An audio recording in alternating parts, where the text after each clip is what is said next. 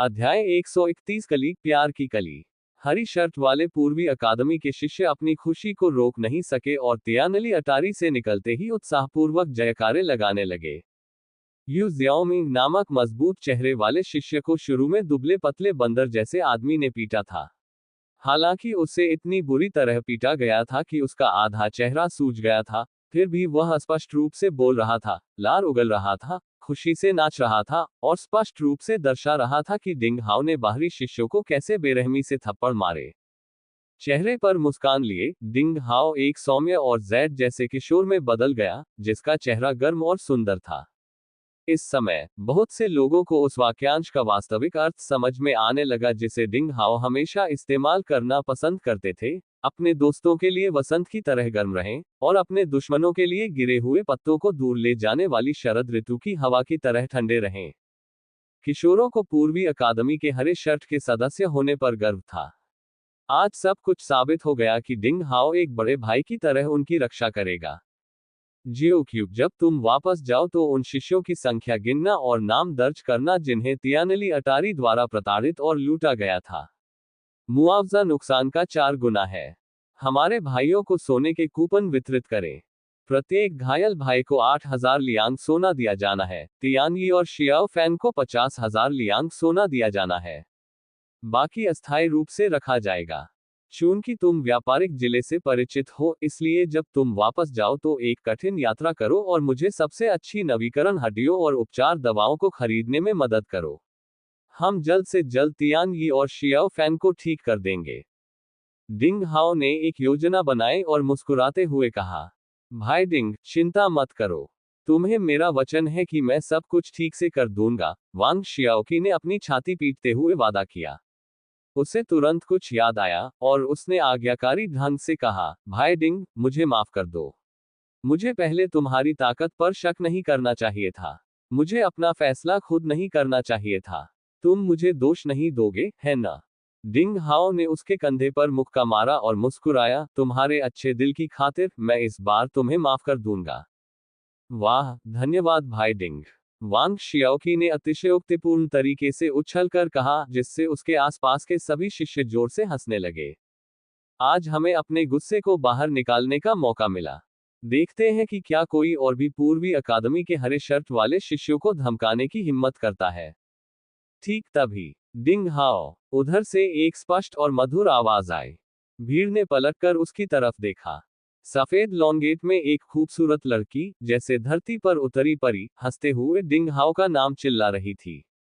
ये ली यनुओ थी, जो पूर्वी, दक्षिणी, पश्चिमी, उत्तरी और केंद्रीय अकादमियों में पंजीकृत शिष्यों में पहली सुंदर लड़की थी।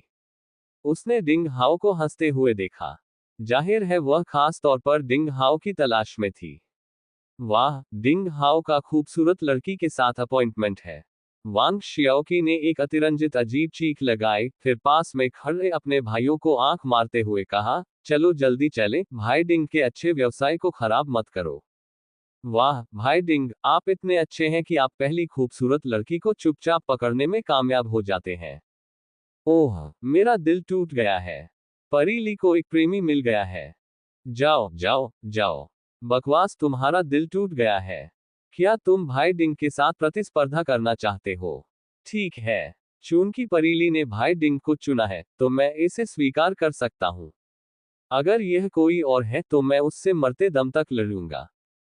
पूर्वी अकादमी के हरे शर्ट के शिष्यों ने चिढ़ाने वाली हंसी की बौछार की और झांग फैन और फोंग तियाई को उठाकर खुशी खुशी उनके पास से निकल गए और उन्हें एक दूसरे के साथ घुलने मिलने के लिए जगह छोड़ दी।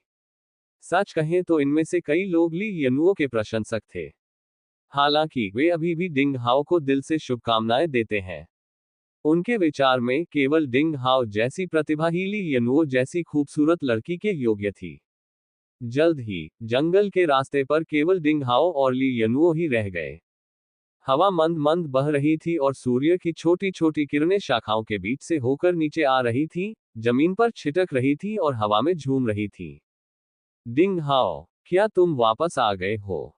पूर्वी अकादमी के हरे शर्ट के शिष्यों द्वारा मजाक उड़ाए जाने पर लिटिल पेपर भी शर्म से लाल हो गई, एक दुर्लभ छोटी सी शर्मिंदगी दिखाते हुए। इस समय वह नहीं जानती थी कि उसे जो कुछ कहना था, वह कैसे कहे। खैर, मैं आज ही संप्रदाय में वापस आया हूं। डिंग हाओ मुस्कुराया और सिर हिलाया। मुकदमे में जो कुछ हुआ था, उसे अनुभव करने के बाद डिंग हाओ का ली यनुओं के प्रति दृष्टिकोण बहुत बदल गया था। हालांकि वह आमतौर पर थोड़ी अनियंत्रित और जोरदार थी, फिर भी उसमें राजकुमारी सिंड्रोम था। हालांकि वह सही और गलत के प्रमुख मुद्दों का सामना करने वाले कई पुरुषों की तुलना में अधिक मजबूत और बहादुर थी। उसके अपने सिद्धांत और अंतिम लक्ष्य थे, और वह एक योग्य लड़ाकू थी। इतने लंबे समय से, क्या तुम ठीक हो? मेरे चचेरे भाई और मैं, साथ ही बड़े भाई जियाओ, कई बार आपको खोजने के लिए परीक्षण क्षेत्र में गए, लेकिन दुर्भाग्य से हम आपको नहीं ढूंढ पाए। बाद में किसी को नहीं पता था कि संप्रदाय ने परीक्षण क्षेत्र में आपको खोजने के लिए अब मजबूत लोगों को क्यों नहीं भेजा। सभी को लगा कि आपने। ली यनुओ ने धीरे धीरे शांत होकर सावधानी से कहा, ये ठीक है, उस समय मैं ट्रैंक्विलिटी अकादमी के मास्टर्स से पीछा छुड़ाने में सफल रहा था, लेकिन दुर्भाग्य से मैं जंगल में खो गया। डिंग हाओ ने हंसते हुए कहा। खो गए? ली यनुओ ने अपनी खूबसूरत आंखें चौड़ी की और खिलखिलाकर हंस पड़ी। पेड़ों से सजी सड़क पर दो व्यक्ति स्वाभाविक रूप से साथ साथ चलते हुए बातें कर रहे थे और हंस रहे थे। हालांकि डिंग हाओ कई पंजीकृत शिष्यों की तरह ली यनुओ की सुंदरता से पूरी तरह से मोहित नहीं था, लेकिन उसने सुंदर भोजन को अस्वीकार नहीं किया। इसके अलावा, परीक्षणों में उतार चढ़ाव का अनुभव करने के बाद उनके बीच का रिश्ता बहुत आसान हो गया था। डिंग हाओ ने थोड़ा विचार किया और विस्तार से बताया कि जंगल में क्या हुआ था। क्या तुमने म्यू तियानफेंग और ट्रैंक्विलिटी अकादमी के शिष्यों की हत्या की जिम्मेदारी ली है? ली यनुओ को अपने दिल में झटका लगा, लेकिन उसने कुछ गलत समझा। अदम्य मिठास के साथ उसने अपना सिर नीचे किया और कहा, भाई डिंग, वास्तव में आपको ऐसा करने की जरूरत नहीं है। डिंग हाओ ने लिटिल पेपर की असामान्यता पर ध्यान नहीं दिया और मुस्कुराते हुए कहा, वैसे भी चीजें पहले ही हो चुकी हैं। भले ही आप और भाई कैनयांग उनमें शामिल हों, इससे कोई मदद नहीं मिलेगी। मेरे लिए अकेले ही जिम्मेदारी लेना बेहतर है। धन्यवाद, भाई डिंग। ली यनुओ ने अपना सिर नीचे किया और अनजाने में डिंग हाओ के करीब चली गई। उसका कंधा डिंग हाओ की बांह पर टिका हुआ था। एक आकर्षक कुंवारी शरीर और बालों की खुशबू ने तुरंत डिंग हाओ की नाक को अपनी ओर आकर्षित किया। इतनी खूबसूरत लड़की के साथ भले ही डिंग हाओ की एकाग्रता अद्भुत थी, वह शर्म से झुकने से खुद को रोक नहीं सका। अरे छोटी बहन, भाई डिंग, तुम यहाँ हो। पास से एक परिचित आवाज सुनाई दी। डिंग हाओ ने ऊपर देखा और पाया कि यह ली कैनयांग और जियाओ चेनिक्सुआन थे। वे जल्दी से दूर से ही उनके पास पहुंच गए। जैसे ही मैंने सुना कि भाई डिंग वापस आ गया है, कैनयांग और मैं तुरंत वहां पहुंचे। क्या तुम ठीक हो? फिर क्या हुआ? जियाओ चेंगक्सुआन के चेहरे पर निशान अभी भी गायब नहीं हुआ था, लेकिन उसे इसकी परवाह नहीं थी। उसने बेपरवाह आवाज में चिल्लाया, अरे, मुझे उम्मीद नहीं थी कि लिटिल पेपर वह थी। उम्मीद थी कि तुम हमसे आगे हो। तुम इन दिनों भाई डिंग के बारे में बात कर रहे हो। ऐसा कहा जाता है कि तुमने अपने सपनों में भी डिंग हाओ का नाम पुकारा था। हाँ हाँ, अब तुम्हें आखिरकार राहत मिली है। तुरंत ली यनुओ का सुंदर चेहरा लाल हो गया और उसने गुस्से से अपना पैर पटक दिया। जियो, तुम किस बारे में बात कर रहे हो? मैंने कभी सपने में भी नहीं सोचा था। अध्याय 132 ली लैन रहस्यमयी पहचान। आह, आपके गुप्त रूममेट ने ये कहा, है ना?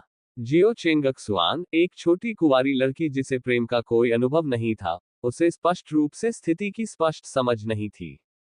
हालांकि ली कैनयांग ने अपनी चचेरी बहन के शर्मीली लड़की के दुर्लभ हाव भाव से कुछ स्पष्ट रूप से देखा, और अचानक महसूस किया, ओह, ये पता चला है कि हमें यहाँ नहीं होना चाहिए था। अरे अरे, हम जा रहे हैं, तुम जारी रखो, अरे अरे, जारी रखो। ये कहते हुए उसने जियो चेंगक्सुआन को एक हैरान नजर से देखा और अपना सिर दूसरी ओर घुमा लिया और चला गया। आह, तुम क्यों जा रहे हो? हम यहाँ भाई डिंग को हमारी जान बचाने के लिए धन्यवाद देने आए हैं। आह, क्या हुआ? जियो चेंगक्सुआन को घसीट कर ले जाया गया और वह चिल्लाया, भाई डिंग, मैं बाद में वापस आऊंगा। चलो एक अच्छी ड्रिंक लेते हैं। मैं आपको धन्यवाद देना चाहता हूँ। अंततः ली कैनयांग को खींचकर ले जाया गया। भाई डिंग, तुम उस आदमी की बकवास मत सुनो। ली यनुओ को बस अपना चेहरा जलता हुआ महसूस हुआ। एक बार जब लड़की के मन की बात सामने आई तो उसे वास्तव में नहीं पता था कि क्या कहना है। डिंग हाओ मुस्कुराया, यनुओ, आपकी चिंता के लिए धन्यवाद। अचानक ली यनुओ का दिल धड़क उठा और उसने अपना सिर और नीचे कर लिया। यह पहली बार था जब उसने डिंग हाओ को उसे इस तरह से पुकारते हुए सुना था। उसका दिमाग पूरी तरह से खाली था। वे इस तरह साथ साथ पेड़ों से सजी पगडंडी से बाहर निकल आए। अनजाने में वे पूर्वी अकादमी के हरे शर्ट वाले डाइनिंग रूम के पास पहुंच गए। कुछ शब्द कहकर और डिंग हाओ को अलविदा कहते हुए वह अनिच्छा से चली गई। जहां वह था वहीं पर खड़े होकर डिंग हाओ ने आह भरी जब उसने देखा कि लिटिल पेपर की आकृति नीले पत्थर की सीढ़ियों के दूर कोने में गायब हो गई। घर वापस लौटते हुए डिंग हाओ को पता चला कि ली लैन ने उसे झांग फैन और फैंग तियानी की मदद करने के लिए जो दवा दी थी उससे उनके घाव ठीक हो गए हैं। फिर उसने वांग शियाओकी से कहा कि वह व्यापारिक जिले में सबसे अच्छे डॉक्टर को खोजने के लिए बहुत सारा पैसा खर्च करे और हमेशा उनकी देखभाल करे।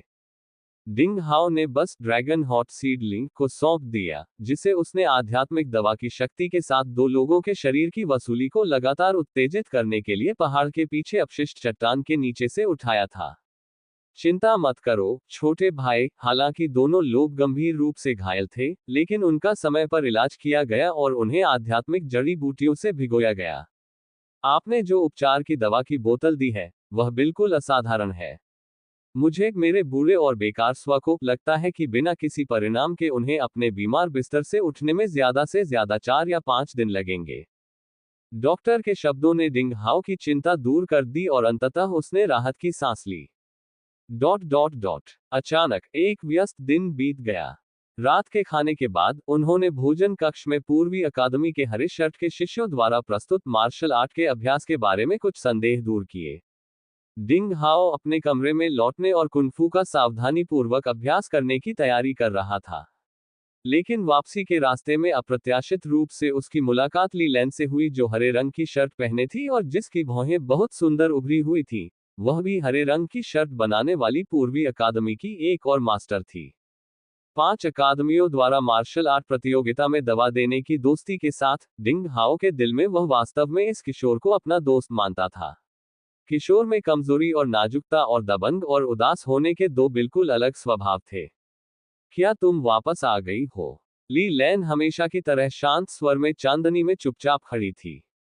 खैर, मैं बड़ी मुश्किल से मौत से बच पाया, डिंग हाओ ने व्यंग्यात्मक मुस्कान के साथ कहा। ली लैन के चेहरे पर डिंग हाओ को एक अजीब और बेहद सुकून भरा एहसास हुआ, जैसे कई सालों से किसी करीबी दोस्त के साथ रह रहे हों।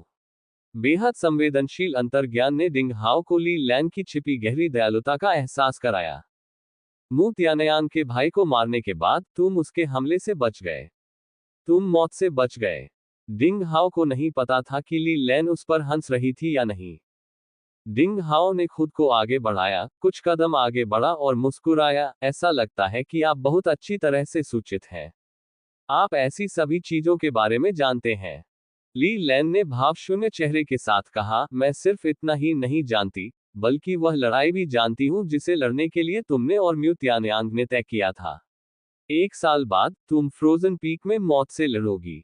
डिंग हाओ ने ली लैन को आश्चर्य से देखा और अंत में एक विस्मयकारी अभिव्यक्ति दिखाए, क्या आप सभी समाचार जानते हैं? यह अकल्पनीय है। मुझे लगा कि केवल म्यू त्यानयांग और मैं ही इसके बारे में जानते हैं। क्या आपको लगता है कि यह मामला महत्वहीन है? ली लैन ने अपना सिर हिलाया और आगे कहा, अब तलवारबाजी चाहने वाले संप्रदाय के पूरे शीर्ष प्रबंधन को इस मामले के बारे में पता चल गया है। ऐसा कहा जाता है कि ट्रैंक्विलिटी अकादमी भी इस मामले को बहुत महत्व देती है।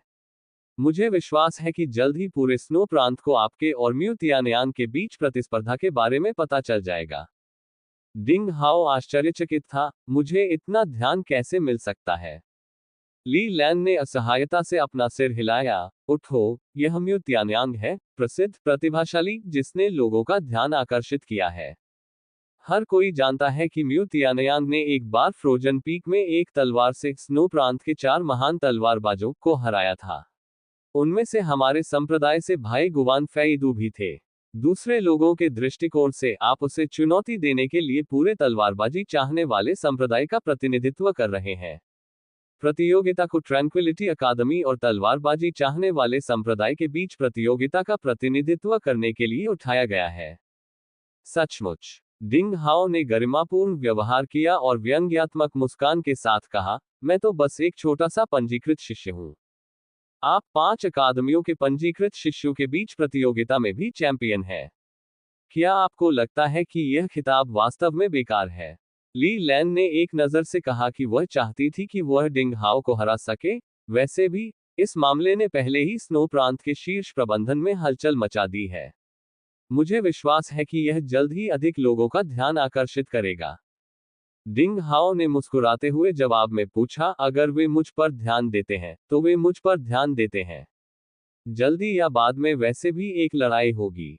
खैर, क्या किसी को लगता है कि मैं जीत सकता हूं? ली लैन ने बहुत औपचारिकता से अपना सिर हिलाया। कोई भी आपके बारे में आशावादी नहीं है, मेरे सहित। ओह, आप बहुत स्पष्टवादी हैं, डिंग हाओ ने असंतुष्ट होकर कहा। क्या आपको मुझ पर थोड़ा भी भरोसा नहीं है? ली लैन को इस बात से नफरत थी कि डिंग हाओ उसकी उम्मीदों पर खरा नहीं उतरा। उसने कहा, तुम्हें क्या लगता है कि म्यू तियानयांग कौन है? तुम? काश, भूल जाओ, इन सब के बाद मैं तुमसे बात करती जो भी बेकार है। वैसे भी, तुम आग में जल चुके हो और तुम्हारे पास कोई रास्ता नहीं है। ये कहते हुए, उसने एक पैम्फलेट फेंका और कहा, हालांकि मुझे डर है कि पैम्फलेट में दर्ज रिकॉर्ड तुम्हारे आत्मविश्वास को कमजोर कर देगा, फिर भी मुझे लगता है कि मुझे तुम्हें रिकॉर्ड दिखाना चाहिए। उस लड़ाई से पहले कम से कम मुझे तुम्हें ये तो बताना चाहिए कि तुम किस तरह के प्रतिद्वंद्वी का सामना कर रहे हो। डिंग हाओ ने हाथ बढ़ाकर ब्रोशर पकड़ लिया।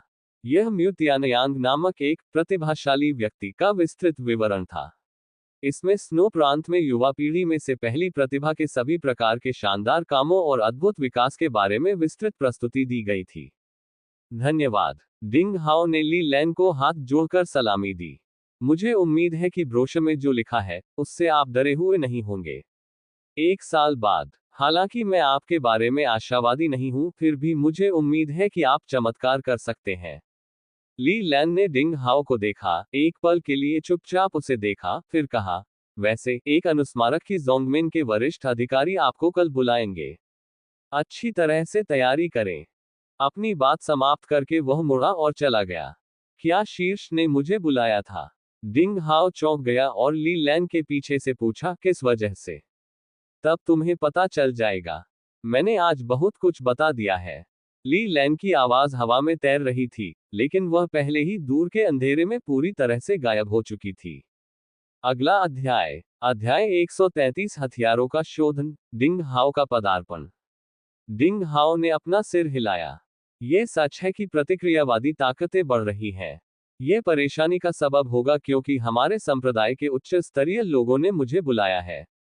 मुझे लगता है कि इसका कुछ संबंध म्यू तियानयांग या सोन के से है, जिन्हें मैंने मारा था। इससे बाहर निकलना मुश्किल होगा। चांदनी रात में ली लैन द्वारा दी गई पुस्तिका पढ़ते हुए, वह धीरे धीरे अपने छात्रावास की ओर चल पड़ा।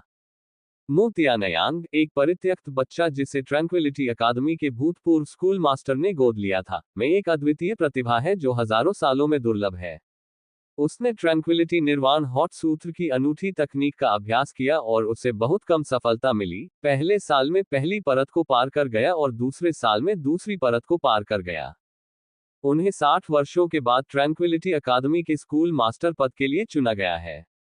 उनके पास ट्रैंक्विलिटी अकादमी के इतिहास में सबसे तेज साधना गति का रिकॉर्ड है। हिम प्रांत के इतिहास में आदिम क्षेत्र को तोड़ने वाला सबसे युवा विशेषज्ञ होना। कोई नहीं जानता कि म्यू मुयांग का वंश किस प्रकार का है, लेकिन यह निश्चित रूप से एक दुर्लभ शीर्ष श्रेणी का वंश है जो वास्तव में भयानक है। स्नो प्रांत में युवा पीढ़ी के स्वीकृत प्रथम व्यक्ति का पूरे उत्तरी वाइल्डनेस डोमेन के 36 राज्यों में भी बहुत प्रभाव है। उत्तरी वाइल्डनेस डोमेन के मास्टर्स में 14 वर्ष से कम आयु के छिपे हुए प्रतिभाशाली लोगों की सूची में उनका स्थान 10वां है। वह अगले 100 वर्षों के भीतर पूरे दानव जनजाति का सबसे बड़ा दुश्मन और प्रतिद्वंद्वी माना जाता है। 13 साल की उम्र में, उसने कुछ राक्षस कमांडर को मार डाला। और वह आधे साल तक जंगल में भी रहा है, इसलिए उसके पास बहुत समृद्ध युद्ध का अनुभव है। बुकलेट में मू तियानयान के विभिन्न रिकॉर्ड पलटते समय डिंग हाओ को एहसास होने लगा कि वह किस तरह के प्रतिद्वंद्वी का सामना करने वाला था। प्रतिद्वंद्वी इतना शक्तिशाली था कि भगवान ने मू तियानयान को अद्वितीय प्रतिभा दी। लेकिन सच कहें तो डिंग हाओ को पहले से ही इसकी उम्मीद थी, इसलिए उसे ज्यादा दबाव महसूस नहीं हुआ। डिंग हाओ को अपनी तलवार और कृपाण युक्त संत की वंशावली पर पूरा भरोसा था। 3 वर्ष बहुत अच्छे रहे। मैं स्नो प्रांत में तथाकथित प्रथम प्रतिभा को पराजित कर दूंगा, सभी पूर्वाग्रहों को तोड़ दूंगा और सभी को अचंभित कर दूंगा। हा हा। डिंग हाओ गर्व से भरा हुआ था। उन्होंने पुस्तिका को एक तरफ रख दिया और हमेशा की तरह लिविंग रूम में फ्यूटन पर बैठने लगे। फिर उन्होंने खेती करने के लिए समय और सेकंड के लिए प्रतिस्पर्धा जारी रखी।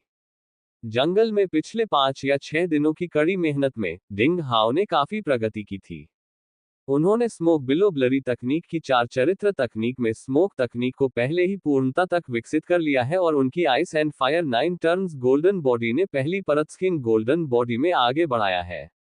उन्होंने दूसरा टर्न मसल गोल्डन बॉडी शुरू कर दिया है और पहला मूव ड्रैगन किंग के वाटर स्प्लिटिंग स्टाइल से 9 तलवार चालों में उभरता है, जिसे पूर्णता तक विकसित किया गया है। उन्होंने दूसरा move dragon king continuous chop शुरू कर दिया है। इसके अलावा राक्षसों से लड़ने की प्रक्रिया में डिंग हाओ के शरीर के अंदर संग्रहित सफेद तरल ऊर्जा को फिर से उत्तेजित किया गया है और उस परम अवस्था में दिखाई देने वाली अजीब गर्मी फिर से डिंग हाओ के अंदर घूमने लगी, जिससे उसका मांसल शरीर और कोशिकाएं बदल गईं। बर्फ और आग के साथ मिलकर इसने डिंग हाओ की शक्ति को बढ़ा दिया। अब डिंग हाओ के पास बिना क्यूई का उपयोग किए कम से कम 4000 किलोग्राम शक्ति थी। केवल इसी तरीके से वह 5 छिद्र वाले मार्शल शिष्य क्षेत्र के योद्धाओं के साथ प्रतिस्पर्धा कर सकता था। यही कारण था कि डिंग हाओ डुआन तियानली को कठोरता से, परिश्रम पूर्वक और सुंदरता से हरा सका। जंगल में प्रशिक्षण के बाद मेरे 4 एपर्चर में से एक और शीर्ष मध्य डेंटियन में जूजू एपर्चर और 6 अतिरिक्त चैनल रेन मेरिडियन पूरी तरह से खुल गए हैं और जलती हुई लॉ क्यूई 4 एपर्चर वाले मार्शल डिसिपल दायरे में प्रवेश कर गई है। खैर, 12 मानक मेरिडियन और 6 अतिरिक्त चैनल सभी 4 एपर्चर वाले मार्शल डिसिपल दायरे के पूरा होने में शामिल हो गए हैं। डिंग हाओ ने अपने दाहिने हाथ को खोलते हुए खुद से कहा। एक एल्फ जैसी नारंगी लाल छोटी सी लौ, जो उछलकर प्रकट हुई, फिर धीरे धीरे बड़ी होकर मुट्ठी के आकार की बड़ी लौ में बदल गई। यह झुलसाने वाली जादुई आग थी। यह एक अत्यंत अद्भुत ज्वाला थी, जिससे कोई गर्मी निकलती हुई प्रतीत नहीं हो रही थी। यदि आप इसके करीब 1 सेंटीमीटर या उससे भी कम दूरी पर भी होंगे तो आपको कोई गर्मी महसूस नहीं होगी। हालांकि एक बार आप इस ज्वाला से दूषित हो गए, तो लोहे के बर्तन भी पिघलकर लोहे में बदल जाएंगे। डिंग हाओ की छाती में मध्य डेंटियन के क्षेत्र के सुधार के साथ, उसके छिद्रों और मध्याह्न रेखाओं की परतों को पार किया जा सकता था और परिष्कृत किया जा सकता था, और तदनुसार झुलसाने वाली जादुई आग की शक्ति अधिक से अधिक मजबूत होती जाती थी। सेबर मास्टर के अनुसार, यदि 6 अतिरिक्त चैनलों के 108 छिद्रों को खोल दिया जाए, तो उत्पन्न होने वाली चिलचिलाती जादुई आग दुनिया की किसी भी चीज को पिघला सकती है। यहां तक कि कुछ सर्वोच्च व्यक्ति भी इस ज्वाला की चपेट में आकर पल भर में राख के टुकड़ों में जल सकते हैं। तलवार मास्टर, चलो आज रात हथियारों को परिष्कृत करें। डिंग हाओ ने मन ही मन तलवार मास्टर से बात की और अपना स्वयं का शिलालेख बनाने की तैयारी की। आखिरकार, हालांकि इस दुनिया में योद्धाओं की स्थिति महान और सम्मानजनक थी, लेकिन शिलालेखवादियों और फार्मासिस्टों की स्थिति योद्धाओं से भी अधिक थी, क्योंकि वे दुर्लभ थे। शिलालेखवादी क्यूई जादुई हथियार डाल सकते थे, जबकि फार्मासिस्ट आध्यात्मिक चिकित्सा को परिष्कृत करते थे। आपूर्ति और मांग के मामले में शिलालेखवादियों और फार्मासिस्टों ने योद्धाओं का गला पकड़ रखा था। कभी कभी उच्चतर जादुई हथियार और दुर्लभ आध्यात्मिक औषधि का उपयोग करके गुरु की प्राप्ति की जा सकती है। उदाहरण के लिए, तलवारबाजी चाहने वाले संप्रदाय जैसे कुछ बड़े संप्रदायों में तलवार बनाने वाले हॉल और जड़ी बूटी हॉल जैसी संस्थाएं भी थीं, जिनका इस्तेमाल अपने स्वयं के शिलालेखकारों और फार्मासिस्टों को प्रशिक्षित करने के लिए किया जाता था। वे पूरे संप्रदाय के लिए विभिन्न जादुई हथियार और गोलियां प्रदान करते थे, जो किसी संप्रदाय की ताकत और क्षमता को मापने में महत्वपूर्ण कारकों में से एक था। यदि डिंग हाओ म्यू तियानयान को चुनौती देना चाहता है, तो उसे चौतरफा तैयारी करनी होगी। वंश और मार्शल आर्ट क्षेत्र की खेती एक पहलू था, और जादुई हथियार और गोलियां जो ताकत में सुधार कर सकती थी, वे भी आवश्यक थी। अब जब दो असामान्य दादा दादी, कृपाण मास्टर और तलवार मास्टर, यहाँ थे, तो डिंग हाउ ने आत्मनिर्भरता और आत्मनिर्भरता विकसित करने का फैसला किया। हाँ हाँ, लिटिल चैप डिंग, क्या तुम आखिरकार रिफाइनिंग शुरू करने जा रहे हो? खैर, मैंने तुम्हारे लिए हथियारों को रिफाइन करने की एक तकनीक तैयार की है जिसे 9 लेवल कास्ट क्यू क्लास कहा जाता है। अपनी मौजूदा ताकत के साथ, तुम क्यूई के 9वें स्तर को कास्ट करना सीखना शुरू कर सकते हो। अच्छा, देखो, ये हॉट सूत्र का 9वां स्तर का मंत्र है। तलवार मास्टर की आवाज डिंग हाउ के दिमाग में गूंजने के लिए इंतजार नहीं कर सकती थी। गहन, अस्पष्ट मंत्रोच्चार और शास्त्रों की एक श्रृंखला सामान्यतः डिंग हाउ की स्मृति में धाराप्रवाह रूप से उकेरी गई थी। आंखें बंद करके वह चुपचाप आधे घंटे तक सोचता रहा और फिर अचानक उसने आंखें खोल दी। उसकी आंखों में जागृति का संकेत था और उसे शास्त्रों में कही गई बात का पहले ही एहसास हो चुका था। तलवार मास्टर के मार्गदर्शन में, डिंग हाओ अपने हाथों को स्वाभाविक रूप से फैलाकर क्रॉस लेग बैठा था। उसके हाथों की हथेली में झुलसाने वाली ज्वाला क्यूई की छोटी लपटें लगातार परिवर्तनों के साथ छोटी से बड़ी हो गईं। ये ज्वाला को संभालने में उसकी दक्षता का प्रशिक्षण था। एक योग्य शिलालेखकार की विभिन्न योग्यताओं में से हेरफेर के मामले में वह प्रथम स्थान पर था। अध्याय 134 प्रतीकात्मक संकेत, अद्वितीय प्रतिभा। ज्वाला को नियंत्रित करने की क्षमता के बावजूद, डिंग हाओ द्वारा विकसित 9 स्तरीय कास्ट क्यूई क्लास के निम्नतम स्तर को 72 प्रकारों में वर्गीकृत किया गया था, जैसे कि बड़ी आग, छोटी आग, धीमी आग, यिन आग, खगोलीय आग, यांग आग, भ्रूण आग, हृदय आग, उज्ज्वल आग, मरती आग, बढ़ती आग, घटती आग, व्यवस्थित आग और अव्यवस्थित आग। ये जटिल अग्नि प्रकार थे जो एक दूसरे के साथ मिलकर एक जादुई हथियार बनाने की पूरी प्रक्रिया का निर्माण करते थे। 72 प्रकार की लपटों में निपुणता प्राप्त करना एक बहुत ही कष्टकारी तथा लंबी प्रक्रिया थी, यहां तक कि उन लोगों के लिए भी जो शिलालेख बनने के मार्ग पर प्रतिभाशाली थे। हालांकि डिंग हाओ की दो आत्माएं एक दूसरे पर आरोपित थीं और उनकी समझ की क्षमता शानदार थी। गुफा के जादुई पायस परिवर्तन के बाद शरीर में भी अद्वितीय समन्वय था, इसलिए उन्हें केवल 1.5 घंटे का समय लगा, जो एक औसत व्यक्ति के 1% के बराबर था। डिंग हाओ ने 72 कास्टिंग लपटों के परिवर्तनों में पूरी तरह से महारत हासिल कर ली है। क्या मैं अगले चरण पर जा सकता हूँ? डिंग हाओ के मुंह पर मुस्कान आ गई। अपनी हथेलियों को स्वाभाविक रूप से चौड़ा करके, उसने एक जादूगर की तरह हर उंगली को हल्के से हिलाया और पूरी तरह से अलग अलग रंग के साथ छोटी लपटें उसकी हर उंगली पर कूद पड़ी। डिंग हाओ के दिमाग के नियंत्रण से, ये 10 छोटी लपटें एक साथ लगातार बदल रही थीं, एक दूसरे के साथ बारी बारी से और मिलकर बस 72 प्रकारों में विभाजित हो गईं। यदि कुछ उच्चस्तरीय शिलालेखकार इसे देखें तो वे आश्चर्य से चीख उठेंगे। आखिरकार, एक शिलालेखकार के रूप में साधना करने के लिए कमजोर और मजबूत स्तर भी थे जो मार्शल आर्ट के समान ही थे, स्तर 1 से 12 तक। लेकिन यह एक शिलालेखकार की प्रतिभा और संविधान के लिए काफी मांग थी, इसलिए शिलालेखकार संख्या में काफी कम थे। विशेष रूप से पिछली साधना के लिए काफी प्राथमिक ज्ञान और जोड़ तोड़ कौशल की आवश्यकता थी, इसलिए साधना के लिए बहुत समय लगता था। स्तर 2 का अभिलेखकार संभवतः मार्शल शिष्य क्षेत्र के योद्धा का प्रतिद्वंद्वी नहीं था। हालांकि, अगर शिलालेख मास्टर बनने का मार्ग शिखर तक विकसित किया गया था, तो एक स्तर 12 परिपक्व शिलालेखकार के पास भी अद्वितीय शक्ति थी और वह नश्वर उपकरणों को परिष्कृत कर सकता था या जीवन भी बना सकता था। उसके पास भगवान द्वारा दी गई क्षमता थी, जिससे वह कई जादुई हथियार बना सकता था जो देवताओं और शैतानों के खिलाफ लड़ने के लिए पर्याप्त थे। कई शिलालेख कलाकार 20वीं की उम्र में ही उभरने लगे और अपने क्षेत्र में उच्च स्तर तक पहुंच गए। वे एक ही समय में 10 ज्वालाओं को नियंत्रित करने में सक्षम थे। इस तरह की नियंत्रण शक्ति लगभग लेवल 1 शिलालेखवादियों के शिखर के बराबर थी। हालांकि, डिंग हाओ केवल 14 वर्ष का था। एक 14 वर्षीय शिलालेखकार स्तर 1 के शिखर पर पहुंच गया था। इससे तलवारबाजी सीखने वाले पूरे संप्रदाय को झटका लगेगा और तलवार बनाने वाले हॉल के उन बुजुर्गों के बीच उसका मुकाबला होगा जिनके पास वास्तविक शक्ति है। वह बहुत ही असाधारण है। वह मुझसे ज्यादा तेज कैसे हो सकता है?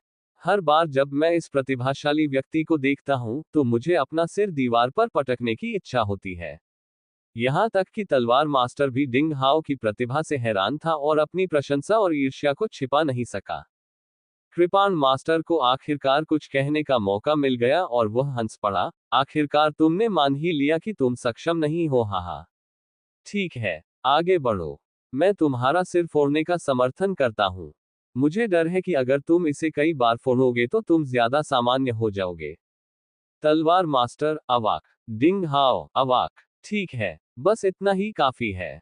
अब मैं तुम्हें स्टोरेज रिंग बनाना सिखाऊंगा। तुम्हारे पास जो सामग्री है वह पर्याप्त है। सेबर मास्टर के साथ एक बेकार की बातचीत के बाद उसकी आवाज गंभीर हो गई। सबसे पहले तुम्हें धीमी आग, एस्थेनिक आग और यिन आग का उपयोग करके एक प्रतीकात्मक इशारा बनाने की जरूरत है, ताकि हर सांस को बारी बारी से बदला जा सके। फिर धीरे धीरे शून्य सीमा पत्थर से विदेशी पदार्थ को बुझाना है। डिंग हाओ ने अपनी हथेलियां फैलाकर सिर हिलाया। जैसे ही किसी अदृश्य शक्ति ने मुट्ठी के आकार के हल्के चांदी के शून्य सीमा पत्थर को हवा में तैराया, तब उसके हाथ और उंगलियां अनियमित रूप से तेज गति से बदलने लगीं, जैसे कोई कमल लगातार खिलता रहता है, सुंदर और आकर्षक। यह एक सौम्य इशारा था। 9 स्तरीय कास्ट क्यू क्लास के सूत्र में एक प्रकार की अग्नि नियंत्रण प्रतीकात्मक मुद्रा का वर्णन किया गया था। यह सभी प्रकार की हल्की लिप्टों को नियंत्रित कर सकता था, जैसे प्रेमियों का कोमल आलिंगन, इसलिए इसे कोमल इशारा कहा जाता था, जो सामग्री को बुझाने का एक विदेशी तरीका था और शुद्धिकरण के लिए एक बुनियादी अग्नि नियंत्रण प्रतीकात्मक इशारा था। डिंग हाओ के प्रतीकात्मक हाव भाव के परिवर्तन के साथ विभिन्न रंगों और विभिन्न आकारों की लिप्टों का एक समूह एक अजीब कानून के साथ लगातार बारी बारी से बदल गया और धीरे धीरे शून्य सीमा पत्थर को जला दिया। चांदनी बर्फ की तरह खिड़की से अंदर आ रही थी। समय धीरे धीरे उड़ गया। जैसे ही अग्नि ने शून्य सीमा पत्थर को जलाया, इसकी सतह तरल में बदलने लगी और काले पाउडर का एक गुबार धीरे धीरे पत्थर से बाहर गिरने लगा, जबकि पत्थर धीरे धीरे सिकुड़ने लगा। डिंग हाओ धीरे धीरे अभ्यास में अधिक कुशल होता जा रहा था। उसकी 10 उंगलियां खुली हुई थीं, वे नाचती हुई परियों की तरह थीं, जो किसी तरह की अवर्णनीय सौंदर्य भावना ला रही थीं। उन्होंने उसकी हथेलियों के बीच में कुछ छायाएं छोड़ दी, जिससे लोग भ्रमित हो गए। जैसे जैसे समय बीतता गया, डिंग हाओ के माथे पर धीरे धीरे पसीने की एक पतली परत दिखाई देने लगी। ये स्पष्टतः एक ऐसी प्रक्रिया थी जिसमें बहुत अधिक ऊर्जा और दिमाग की खपत हुई। लगभग 2 घंटे के बाद मुट्ठी के आकार का पत्थर मूल आकार का लगभग 10वां हिस्सा रह गया, तथा इसका रंग हल्के चांदी से बदलकर चमकीले चांदी में बदल गया, तथा एक स्वप्न समान चांदी की झांझ जैसा क्रिस्टल जैसा स्पष्ट तरल पदार्थ निकलने लगा। अंततः शुद्धिकरण प्रक्रिया पूरी हो गई। अगला चरण एक वास्तविक कास्टिंग प्रक्रिया है। लिटिल चैप डिंग प्रतीकात्मक इशारे को एक विन्यास इशारे में बदलना होगा। अब अपने मन में अपनी पसंदीदा अंगूठी के आकार की कल्पना करें। फिर लो और सांस को नियंत्रित करें, और लगातार पत्थर के आकार को तब तक बदलें जब तक कि वह आपके लिए संतुष्ट आकार न बन जाए। इस प्रक्रिया के लिए बहुत अधिक जलती हुई लौ क्यूई और बिना किसी निलंबन के आध्यात्मिक शक्ति की आवश्यकता होती है, इसलिए आपको एक अच्छा आराम करना चाहिए या ऊर्जा को फिर से भरने के लिए आज आपको मिलने वाले क्यूई क्रिस्टल का उपयोग करना चाहिए। तलवार मास्टर की गंभीर आवाज डिंग हाओ के दिमाग में गूंज उठी। डिंग हाओ ने बिना किसी हिचकिचाहट के काम किया। उसका एक हाथ कोमल इशारे से लौ को नियंत्रित करने के लिए लगातार दबाता रहा, जबकि दूसरे हाथ ने एक छोटा सा डिब्बा निकाला, उसमें से एक क्यूई क्रिस्टल को अपनी हथेली पर निकाला और उसमें से क्यूई ऊर्जा खींची। एक क्षण में क्यूई ऊर्जा की एक अंतहीन धारा नीलम क्रिस्टल से बाहर निकली और डिंग हाओ के शरीर में इंजेक्ट कर दी गई, जिससे पहले उसके द्वारा सेवन की गई क्यूई की पूर्ति हो गई। डिंग हाओ ने अपनी आंखें बंद कर ली और अपने मन में अंगूठी के आकार की कल्पना की। अपने दाहिने हाथ की बदलती हरकतों के साथ कोमल इशारा विन्यास इशारे में बदल गया और धीरे धीरे शुद्ध शून्य सीमा पत्थर को संकुचित और रूपांतरित कर दिया। फिर उसके बाएं हाथ ने ऊर्जा को फिर से भरने के लिए एक क्यूई क्रिस्टल पकड़ लिया। क्या बकवास है! एक हाथ का इशारा, दोहरा काम। तलवार मास्टर भी आश्चर्यचकित था। उसने अपनी साइवेव को नियंत्रित करने की कोशिश की और डिंग हाओ की कास्टिंग को प्रभावित नहीं किया। उसके दिल में आश्चर्य चरम पर था। अगला अध्याय, अध्याय 135 आध्यात्मिक रक्त, डिंग हाओ का पदार्पण भाग 2। भले ही कृपाण और तलवार वाले संत की असामान्यता को बड़ा चढ़ाकर बताया गया हो, लेकिन जानकार बूढ़ा आदमी अभी भी हैरान था। उसने पहले एक शिलालेखकार बनने का रास्ता चुना था, जिसे एक असामान्य प्रतिभा माना जाता था, लेकिन उसने डिंगहाओ जैसी उल्लेखनीय प्रगति हासिल नहीं की। ठीक है, ऐसा लगता है कि हमने इस आदमी को कमाका है। सेबर मास्टर ने तलवार मास्टर के साथ झगड़ा नहीं किया और सोच समझकर कहा, ऐसा लगता है कि मुझे उसे अमृत और आध्यात्मिक घास के अध्ययन के लिए आमंत्रित करने का कोई तरीका खोजना चाहिए। इस तरह आखिरकार कोई मेरी अद्भुत विरासत को प्राप्त कर सकता है। पागल औरत, तुम मुझसे मेरा शिष्य छीनना चाहती हो। तलवार मास्टर सतर्क था। कृपाण मास्टर ने गुस्से से कहा, आप ऐसा कैसे कह सकते हैं? क्या लिटिल चैप डिंग को हम दोनों ने ही शुरू में चुना था? तलवार मास्टर एक पल के लिए हैरान हो गया। हाँ, दोनों गुरुओं ने अपने मानसिक उतार चढ़ाव को नियंत्रित किया और डिंग हाओ पर इसका कोई प्रभाव नहीं पड़ा, जो अपना पहला जादुई हथियार चला रहा था। जैसे जैसे समय बीतता गया, डिंग हाओ का माथा और अधिक पसीने से तर होता गया। उसका शरीर भी पूरी तरह गीला था, और हरे रंग की शर्ट उसके मांसल शरीर से कसी हुई थी, जो उसके शक्तिशाली शरीर के आकार को पूरी तरह से प्रदर्शित कर रही थी। ठंडी चांदनी के साथ वह अपने रूप में एक अद्वितीय आकर्षण दिखा रहा था। उसके हाथ में क्रिस्टल का टुकड़ा भी थोड़ा फीका पड़ गया। क्यूई का प्रयोग करना, विशेष रूप से अपनी जादुई अग्नि के साथ, किसी के लिए भी एक बड़ी चुनौती और श्रमसाध्य कार्य था। अचानक पूरा होना। डिंग हाओ ने अपनी आंखें खोली, उसके चेहरे पर खुशी झलक रही थी। उसने धीरे धीरे आग को नियंत्रित करने वाले प्रतीकात्मक इशारे को हटा दिया, और उसकी हथेलियों पर नारंगी लौ धीरे धीरे उसकी त्वचा के नीचे डूब गई। शक्ति के अभिसरण के साथ दो ध्वनियां हुई, क्योंकि दो हल्के चांदी के छल्ले डिंग हाओ की हथेलियों में गिर गए। मुट्ठी भर आकार के शून्य सीमा पत्थर से अंततः केवल दो छोटे चांदी के छल्ले ही बने। अंगूठियां पीली चांदी से चमक रही थीं। धारीदार चमक बहते पानी की तरह थी, क्योंकि उस पर कोई पैटर्न या सजावटी डिजाइन नहीं थे। इसमें मूल रूप से अतिसूक्ष्मवाद के साथ कुछ था, लेकिन इसमें खुद एक अवर्णनीय आकर्षण था, जो किसी भी सरलता से तुलनीय था। एक अंगूठी बड़ी थी, जबकि दूसरी छोटी। जाहिर है, वे युगल अंगूठियां थीं, जो डिंग हाओ के विचारों के अनुसार बनाई गई थीं। ये डिंग हाओ का पहला परिष्कृत हथियार था, इसलिए अंगूठियों का ये जोड़ा उसके लिए बहुत महत्व रखता था। हालांकि वह छोटा वाला किसे देगा? डिंग हाओ के दिमाग में एक पल में लाल कवच वाली लड़की ZGU की एक सुंदर छवि उभरी, लेकिन किसी तरह स्वर्ग से नीचे आने वाली परी जैसी एक सफेद कोट वाली महिला ली येरुओ भी अचानक उसके दिमाग में प्रकट हुई। धीरे धीरे उसने अपनी उंगली पर बड़ी अंगूठी पहनी, जिससे थोड़ी आध्यात्मिक शक्ति निकली। उसकी आंखें चमक उठी। अचानक 10 घन मीटर चांदी का स्थान दिखाई दिया। यह स्टोरेज रिंग के लिए भंडारण स्थान था। शून्य सीमा पत्थर में मूल रूप से एक स्थानिक विशेषता थी, जो भंडारण स्थानों को परिष्कृत करने और ढालने के लिए एक उत्कृष्ट सामग्री थी। मुट्ठी के आकार के शून्य सीमा पत्थर को डिंग हाओ द्वारा दो भंडारण रिंगों में बनाया गया था, और दोनों 10 घन मीटर के थे। यह दिखाने के लिए पर्याप्त था कि डिंग हाओ की शुरुआत बहुत सफल रही। अच्छा, तुम में क्षमता है, बच्चे। तुम मेरे पुराने दिनों के लगभग बराबर ही अच्छे हो, हे। तलवार मास्टर प्रशंसा से भरा हुआ था। कृपाण मास्टर ने तिरस्कार के साथ कहा, हाँ, किसने कहा कि लिटिल चैप डिंग अपने अच्छे पुराने दिनों में उससे अधिक शक्तिशाली है? तलवार मास्टर ने गंभीरता से उत्तर दिया, निश्चित रूप से मैं नहीं। कृपाण मास्टर ने कहा, मैं ऐसे मूर्ख के सामने अवाक था। दोनों ने एक दूसरे से बहुत देर तक बहस की, एक दूसरे का खंडन करने में आनंद लिया। थोड़ी देर बाद उन्हें डिंग हाओ पर ध्यान देने का समय मिला। तलवार मास्टर ने डिंग हाओ की रिफाइनिंग रिंग्स का मूल्यांकन किया। उन्होंने कुछ विवरणों के लिए निर्देश दिए, डिंग हाओ की गलतियों को सुधारा और सुधार के लिए कुछ सुझाव दिए। ये निश्चित रूप से ग्रैंड मास्टर स्तर की टिप्पणियां थीं। सुनने के बाद डिंग हाओ को भी ज्ञान प्राप्त हुआ। दो अंगूठियों को केवल स्तर 9 के मध्य जादुई हथियार के रूप में माना जा सकता है, और वे केवल सहायक जादुई हथियार हैं। मूल रूप से उनका कोई मूल्य नहीं है। जब आप आक्रामक या रक्षात्मक जादुई हथियारों को परिष्कृत कर सकते हैं जो स्तर 6 से अधिक हैं, तो आप तलवारबाजी चाहने वाले संप्रदाय में केवल प्रमुख के बाद दूसरे स्थान पर होंगे।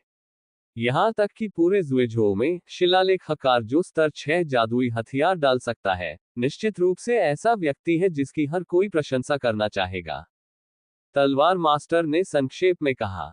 तो जादुई हथियार को भी स्तरों में विभाजित किया जा सकता है। डिंग हाओ को जादुई हथियारों की बहुत कम समझ थी। बकवास। अनंत की भूमि पर सब कुछ उच्च और निम्न स्तरों में विभाजित है। जादुई हथियार सामान्य उपकरण से ऊपर एक विशेष उपकरण है। हजारों प्रकार और कार्य हैं, लेकिन परिवर्तनों के बावजूद स्तर का वर्गीकरण एक समान है। स्तर 9 से स्तर 1 तक, उच्चतम ग्रेड, सुपर ग्रेड और सर्वोच्च ग्रेड तक, कुल मिलाकर 12 ग्रेड। सबसे कम स्तर 9 है, जबकि उच्चतम सर्वोच्च ग्रेड है। सर्वोच्च ग्रेड के जादुई हथियार सभी दुनिया द्वारा बनाए गए हैं और स्वर्ग और पृथ्वी को नष्ट करने की शक्ति रखते हैं। भूल जाओ, अब तुमसे इतनी बात करना बेकार है। और कुछ सूक्ष्म और रहस्यमय है, तुम इसे बाद में जानोगे। तलवार मास्टर ने इस मुद्दे पर अपना अधिकार प्रदर्शित करने के लिए श्रेष्ठता और संरक्षणात्मक भाव के साथ वाक्पटुता से बात की। डिंग हाओ ने सिर हिलाया और तलवार मास्टर के प्रति आभार व्यक्त किया। उनकी चापलूसी ने उनकी इच्छा पूरी कर दी। धीरे धीरे वह उठा, साफ कपड़े पहने और स्टोरेज रिंग के जादुई प्रभाव को महसूस किया। डिंग हाओ कमरे में घूमता रहा और कुछ कीमती सामान ले गया, जो सभी स्टोरेज रिंग में डाल दिए गए। अपने मानसिक आदेशों के बाद उन वस्तुओं को अचानक अपने हाथों से गायब होते और फिर रिंग स्पेस में प्रकट होते देखकर डिंग हाओ एक अदम्य उपलब्धि की भावना से भर गया। ये वास्तव में अधिक सुविधाजनक हो जाता है। डिंग हाओ ने जंग लगी तलवार और ड्रैगन धारियों वाली खूनी कृपाण को स्टोरेज रिंग में रख दिया। फिर उसने तलवारें खींचने की अपनी हरकतों को बार बार दोहराया, जो जाहिर तौर पर म्यान से तलवार निकालने की हरकत से कहीं ज्यादा तेज थी। जैसे ही रोशनी की किरण चमकी, जंग लगी तलवार और ड्रैगन धारियों वाली खूनी कृपाण उसके हाथों में दिखाई दी। जादुई हथियार डालने की प्रक्रिया भी साधना की प्रक्रिया है। मध्य डेंटियन के रेन मेरिडियन में परिष्कृत 4 छिद्र अधिक उज्ज्वल, चिकने और भरे हुए हो जाते हैं, और जलती हुई ज्वाला क्यूई भी शुद्ध हो जाती है। डिंग हाओ ने अपने शरीर की जांच की और उसे एक अप्रत्याशित आश्चर्य हुआ। छोटा दोस्त डिंग, बैठ जाओ। चलो कुछ बातें करते हैं। एक पल के लिए सेबर मास्टर की आवाज, जो चुप थी, उसके दिमाग में गंभीरता से गूंज उठी। डिंग हाओ एक क्षण के लिए असमंजस में पड़ गया, फिर उसे सेबर मास्टर के प्रभावशाली अर्थ का एहसास हुआ। वह फिर से फुटन पर पैर मोड़कर बैठ गया और सुनने लगा। चलो तुम्हारी वर्तमान स्थिति के बारे में बात करते हैं। सेबर मास्टर की आवाज मधुर लग रही थी। मुझे ये स्वीकार करना होगा कि तुमने अपने लिए एक शक्तिशाली प्रतिद्वंद्वी पा लिया है। म्यू तियानयांग भयानक है। उसका वंश बहुत ही दुर्लभ है। यहां तक कि मैं और तलवार मास्टर भी उसे नहीं हरा पाए। लेकिन यह निश्चित है कि उसके शरीर में एक तरह का शैतानी चरित्र है। यह प्राचीन काल में दिव्य लोगों की विशेषता है। उसके शरीर में प्राचीन रक्त होने की संभावना है।